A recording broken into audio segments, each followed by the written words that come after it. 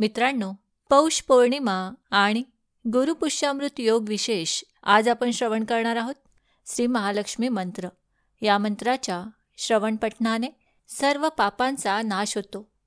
जो व्यक्ती या महालक्ष्मी मंत्राचा दिवसातून 2दा पठण करतो किंवा श्रवण करतो त्याला धनधान्य, वैभव, ऐश्वर्य, संपत्ती, समृद्धी, आनंद, यश, बुद्धिमत्ता, ऊर्जा तसेच अमर्याद धनसंपत्तीची प्राप्ती होते. मित्रांनो, माता लक्ष्मी ही संपत्ती, वैभव आणि समृद्धीचे प्रतीक आहे.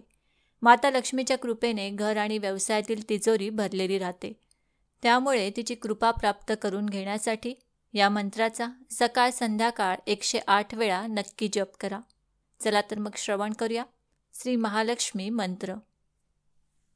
महालक्ष्मी नमस्तुभ्यं, नमस्तुभ्यं सुरेश्वरी, हरिप्रिये नमस्तुभ्यं, नमस्तुभ्यं दयानिधे. महालक्ष्मी नमस्तुभ्यं, नमस्तुभ्यं सुरेश्वरी, हरिप्रिये नमस्तुभ्यं, नमस्तुभ्यं दयानिधे. महालक्ष्मी नमस्तुभ्यं, नमस्तुभ्यं सुरेश्वरी, हरिप्रिये नमस्तुभ्यं, नमस्तुभ्यं दयानिधे. महालक्ष्मी नमस्तुभ्यं, नमस्तुभ्यं सुरेश्वरी, हरिप्रिये नमस्तुभ्यं, नमस्तुभ्यं दयानिधे. महालक्ष्मी नमस्तुभ्यं, नमस्तुभ्यं सुरेश्वरी, हरिप्रिये नमस्तुभ्यं, नमस्तुभ्यं दयानिधे. महालक्ष्मी नमस्तुभ्यं, नमस्तुभ्यं सुरेश्वरी, हरिप्रिये नमस्तुभ्यं, नमस्तुभ्यं दयानिधे. महालक्ष्मी नमस्तुभ्यं, नमस्तुभ्यं सुरेश्वरी, हरिप्रिये नमस्तुभ्यं, नमस्तुभ्यं दयानिधे. महालक्ष्मी नमस्तुभ्यं, नमस्तुभ्यं सुरेश्वरी, हरिप्रिये नमस्तुभ्यं, नमस्तुभ्यं दयानिधे. महालक्ष्मी नमस्तुभ्यं, नमस्तुभ्यं सुरेश्वरी, हरिप्रिये नमस्तुभ्यं, नमस्तुभ्यं दयानिधे. महालक्ष्मी नमस्तुभ्यं, नमस्तुभ्यं सुरेश्वरी, हरिप्रिये नमस्तुभ्यं, नमस्तुभ्यं दयानिधे. महालक्ष्मी नमस्तुभ्यं, नमस्तुभ्यं सुरेश्वरी, हरिप्रिये नमस्तुभ्यं, नमस्तुभ्यं दयानिधे. महालक्ष्मी नमस्तुभ्यं, नमस्तुभ्यं सुरेश्वरी, हरिप्रिये नमस्तुभ्यं, नमस्तुभ्यं दयानिधे. महालक्ष्मी नमस्तुभ्यं, नमस्तुभ्यं सुरेश्वरी, हरिप्रिये नमस्तुभ्यं, नमस्तुभ्यं दयानिधे. महालक्ष्मी नमस्तुभ्यं, नमस्तुभ्यं सुरेश्वरी, हरिप्रिये नमस्तुभ्यं, नमस्तुभ्यं दयानिधे.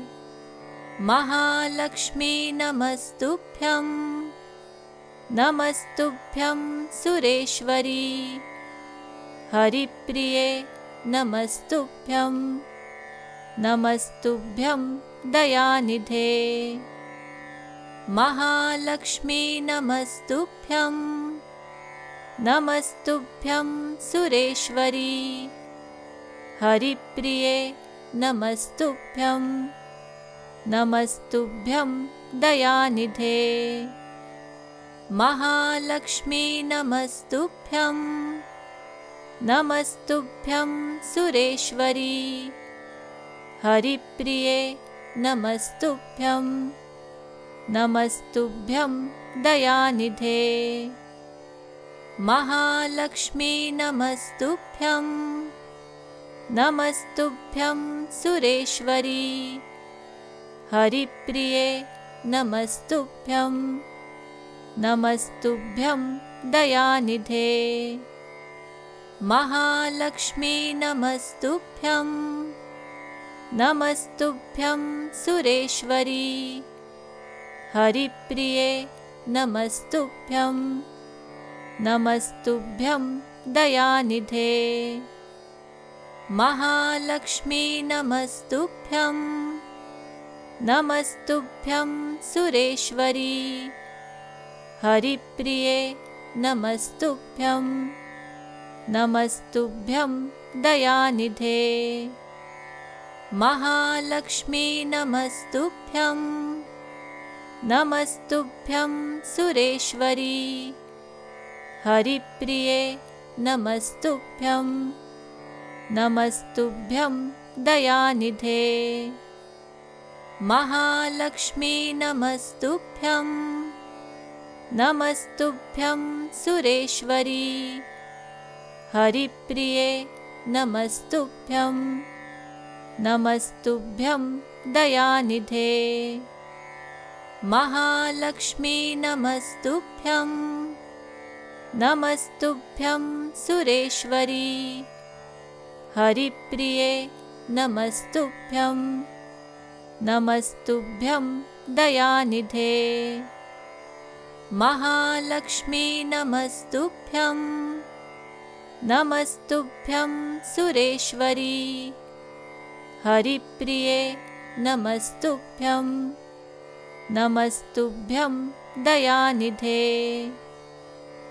महालक्ष्मी नमस्तुभ्यं नमस्तुभ्यं सुरेश्वरी हरिप्रिये नमस्तुभ्यं नमस्तुभ्यं दयानिधे महालक्ष्मी नमस्तुभ्यं नमस्तुभ्यं सुरेश्वरी हरिप्रिये नमस्तुभ्यं नमस्तुभ्यं दयानिधे महालक्ष्मी नमस्तुभ्यं नमस्तुभ्यं सुरेश्वरी हरिप्रिये नमस्तुभ्यं नमस्तुभ्यं दयानिधे महालक्ष्मी नमस्तुभ्यं नमस्तुभ्यं सुरेश्वरी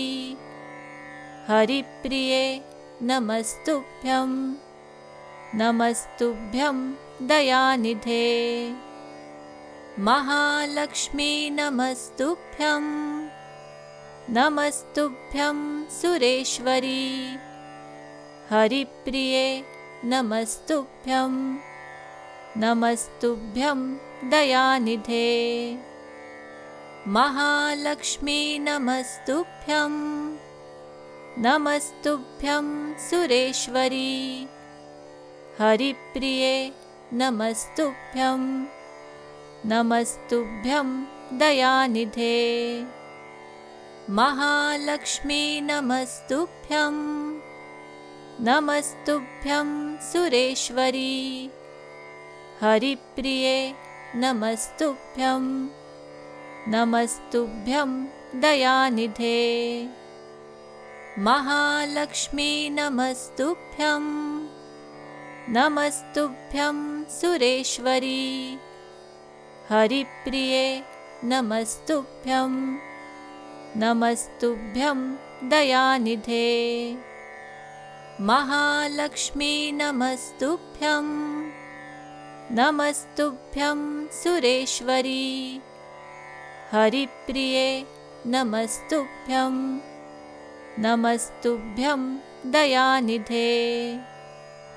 महालक्ष्मी नमस्तुभ्यं, नमस्तुभ्यं सुरेश्वरी, हरिप्रिये नमस्तुभ्यं, नमस्तुभ्यं दयानिधे। महालक्ष्मी नमस्तुभ्यं, नमस्तुभ्यं सुरेश्वरी, हरिप्रिये नमस्तुभ्यं, नमस्तुभ्यं दयानिधे। महालक्ष्मी नमस्तुभ्यं, नमस्तुभ्यं सुरेश्वरी, हरिप्रिये नमस्तुभ्यं, नमस्तुभ्यं दयानिधे। महालक्ष्मी नमस्तुभ्यं, नमस्तुभ्यं सुरेश्वरी, हरिप्रिये नमस्तुभ्यं, नमस्तुभ्यं दयानिधे। महालक्ष्मी नमस्तुभ्यं, नमस्तुभ्यं सुरेश्वरी, हरिप्रिये नमस्तुभ्यं, नमस्तुभ्यं दयानिधे। महालक्ष्मी नमस्तुभ्यं, नमस्तुभ्यं सुरेश्वरी, हरिप्रिये नमस्तुभ्यं, नमस्तुभ्यं दयानिधे।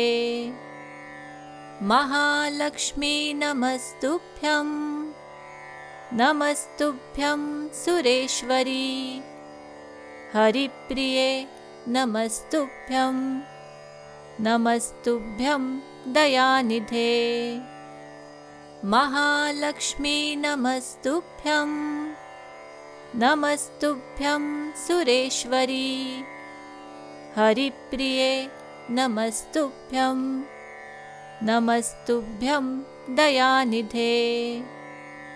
महालक्ष्मी नमस्तुभ्यं, नमस्तुभ्यं सुरेश्वरी, हरिप्रिये नमस्तुभ्यं, नमस्तुभ्यं दयानिधे।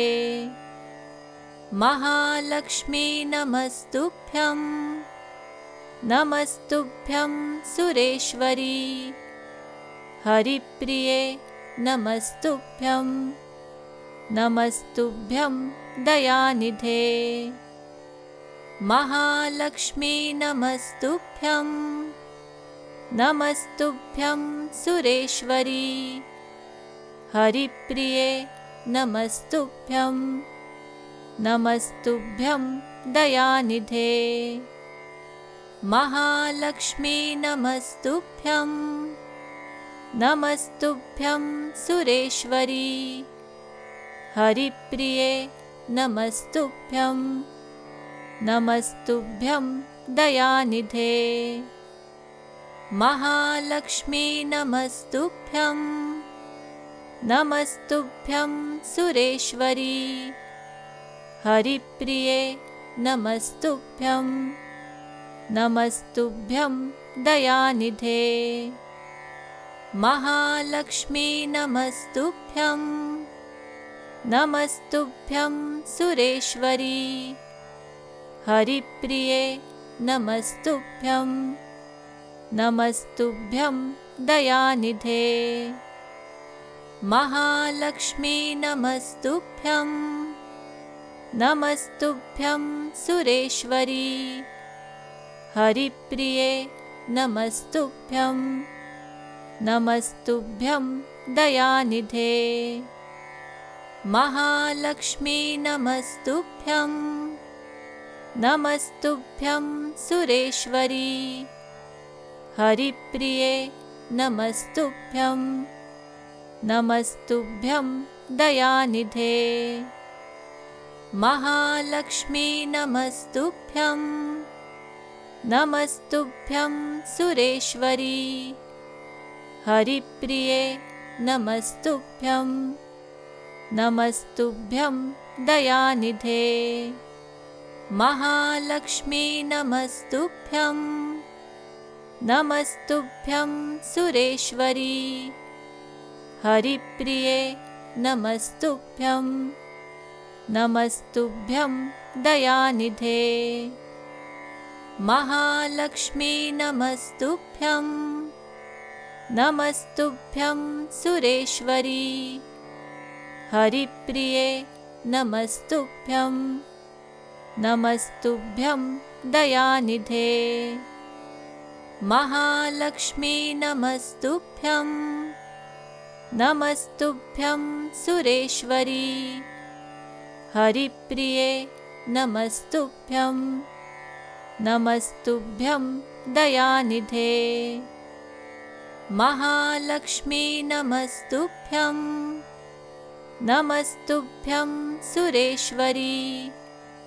हरिप्रिये नमस्तुभ्यं। नमस्तुभ्यं दयानिधे। महालक्ष्मी नमस्तुभ्यं। नमस्तुभ्यं सुरेश्वरी। हरिप्रिये नमस्तुभ्यं। नमस्तुभ्यं दयानिधे। महालक्ष्मी नमस्तुभ्यं। नमस्तुभ्यं सुरेश्वरी। हरिप्रिये नमस्तुभ्यं। नमस्तुभ्यं दयानिधे। महालक्ष्मी नमस्तुभ्यं। नमस्तुभ्यं सुरेश्वरी। हरिप्रिये नमस्तुभ्यं। नमस्तुभ्यं दयानिधे। महालक्ष्मी नमस्तुभ्यं। नमस्तुभ्यं सुरेश्वरी। हरिप्रिये नमस्तुभ्यं। नमस्तुभ्यं दयानिधे। महालक्ष्मी नमस्तुभ्यं। नमस्तुभ्यं सुरेश्वरी। हरिप्रिये नमस्तुभ्यं। नमस्तुभ्यं दयानिधे। महालक्ष्मी नमस्तुभ्यं। नमस्तुभ्यं सुरेश्वरी। हरिप्रिये नमस्तुभ्यं। नमस्तुभ्यं दयानिधे। महालक्ष्मी नमस्तुभ्यं। नमस्तुभ्यं सुरेश्वरी। हरिप्रिये नमस्तुभ्यं। नमस्तुभ्यं दयानिधे। महालक्ष्मी नमस्तुभ्यं। नमस्तुभ्यं सुरेश्वरी। हरिप्रिये नमस्तुभ्यं। नमस्तुभ्यं दयानिधे। महालक्ष्मी नमस्तुभ्यं। नमस्तुभ्यं सुरेश्वरी। हरिप्रिये नमस्तुभ्यं। नमस्तुभ्यं दयानिधे। महालक्ष्मी नमस्तुभ्यं। नमस्तुभ्यं सुरेश्वरी। हरिप्रिये नमस्तुभ्यं। नमस्तुभ्यं दयानिधे। महालक्ष्मी नमस्तुभ्यं। नमस्तुभ्यं सुरेश्वरी। हरिप्रिये नमस्तुभ्यं। नमस्तुभ्यं दयानिधे। महालक्ष्मी नमस्तुभ्यं। नमस्तुभ्यं सुरेश्वरी। हरिप्रिये नमस्तुभ्यं। नमस्तुभ्यं दयानिधे। महालक्ष्मी नमस्तुभ्यं। नमस्तुभ्यं सुरेश्वरी। हरिप्रिये नमस्तुभ्यं। नमस्तुभ्यं दयानिधे। महालक्ष्मी नमस्तुभ्यं। नमस्तुभ्यं सुरेश्वरी। हरिप्रिये नमस्तुभ्यं, नमस्तुभ्यं दयानिधे। महालक्ष्मी नमस्तुभ्यं, नमस्तुभ्यं सुरेश्वरी। हरिप्रिये नमस्तुभ्यं, नमस्तुभ्यं दयानिधे। महालक्ष्मी नमस्तुभ्यं, नमस्तुभ्यं सुरेश्वरी। हरिप्रिये नमस्तुभ्यं, नमस्तुभ्यं दयानिधे। महालक्ष्मी नमस्तुभ्यं, नमस्तुभ्यं सुरेश्वरी। हरिप्रिये नमस्तुभ्यं, नमस्तुभ्यं दयानिधे। महालक्ष्मी नमस्तुभ्यं, नमस्तुभ्यं सुरेश्वरी। हरिप्रिये नमस्तुभ्यं, नमस्तुभ्यं दयानिधे। महालक्ष्मी नमस्तुभ्यं, नमस्तुभ्यं सुरेश्वरी।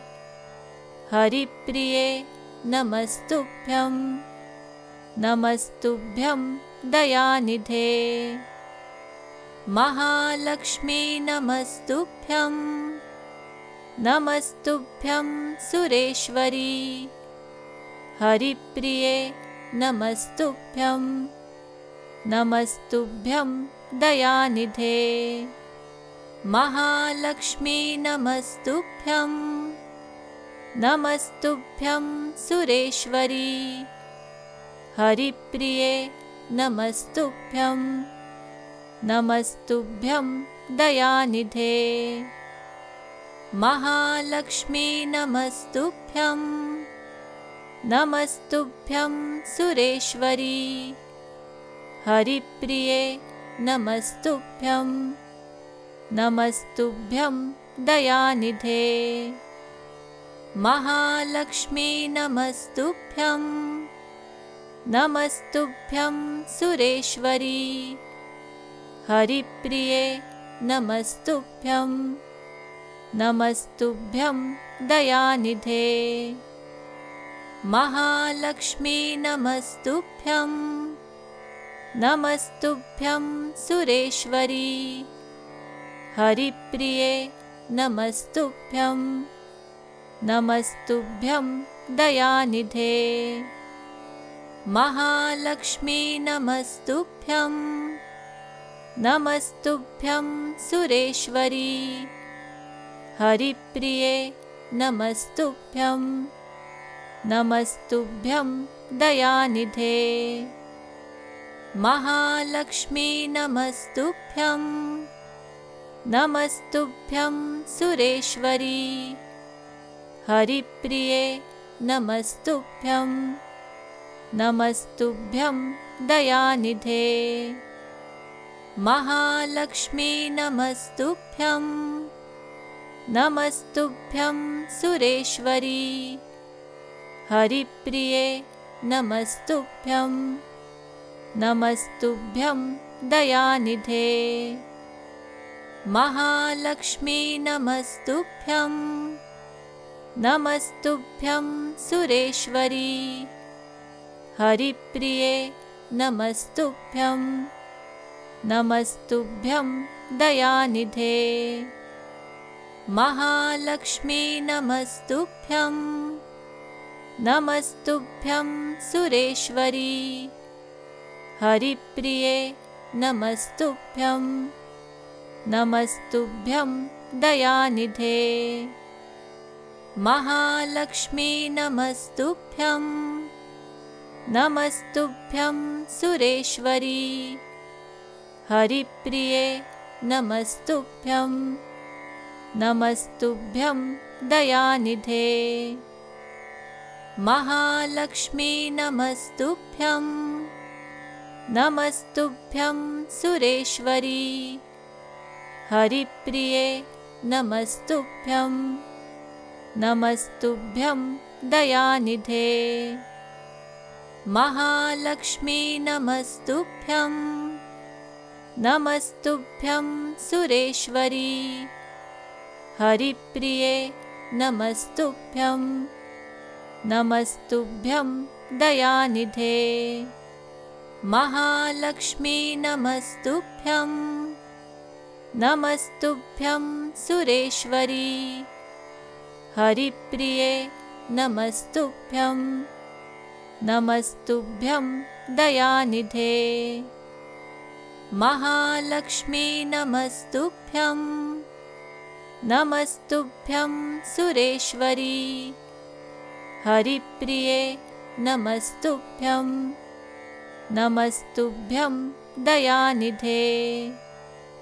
महालक्ष्मी नमस्तुभ्यं, नमस्तुभ्यं सुरेश्वरी।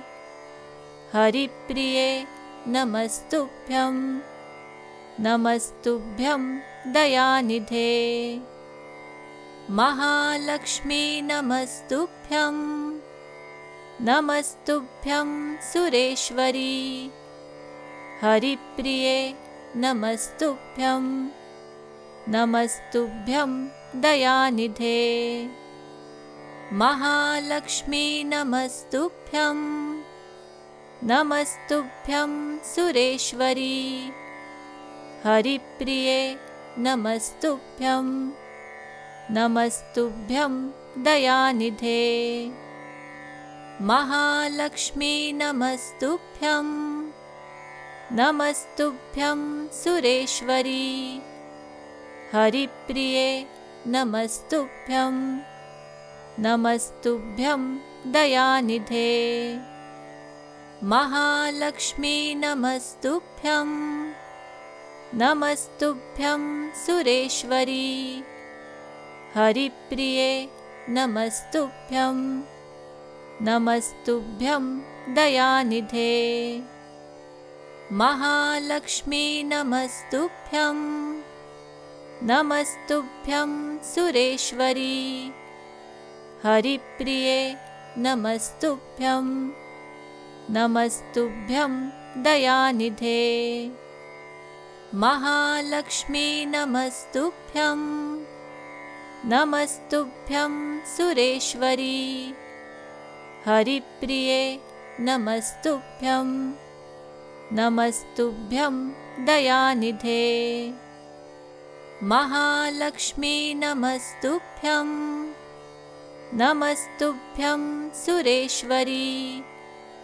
हरिप्रिये नमस्तुभ्यं, नमस्तुभ्यं दयानिधे। महालक्ष्मी नमस्तुभ्यं, नमस्तुभ्यं सुरेश्वरी। हरिप्रिये नमस्तुभ्यं, नमस्तुभ्यं दयानिधे। महालक्ष्मी नमस्तुभ्यं, नमस्तुभ्यं सुरेश्वरी।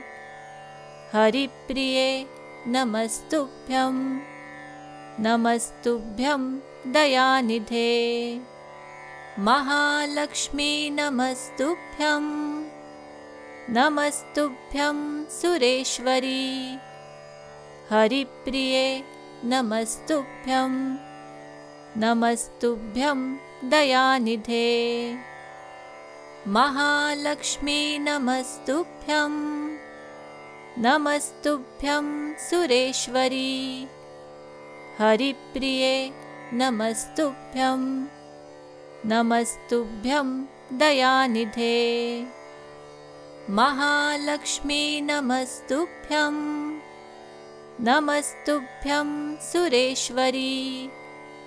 हरिप्रिये नमस्तुभ्यं, नमस्तुभ्यं दयानिधे।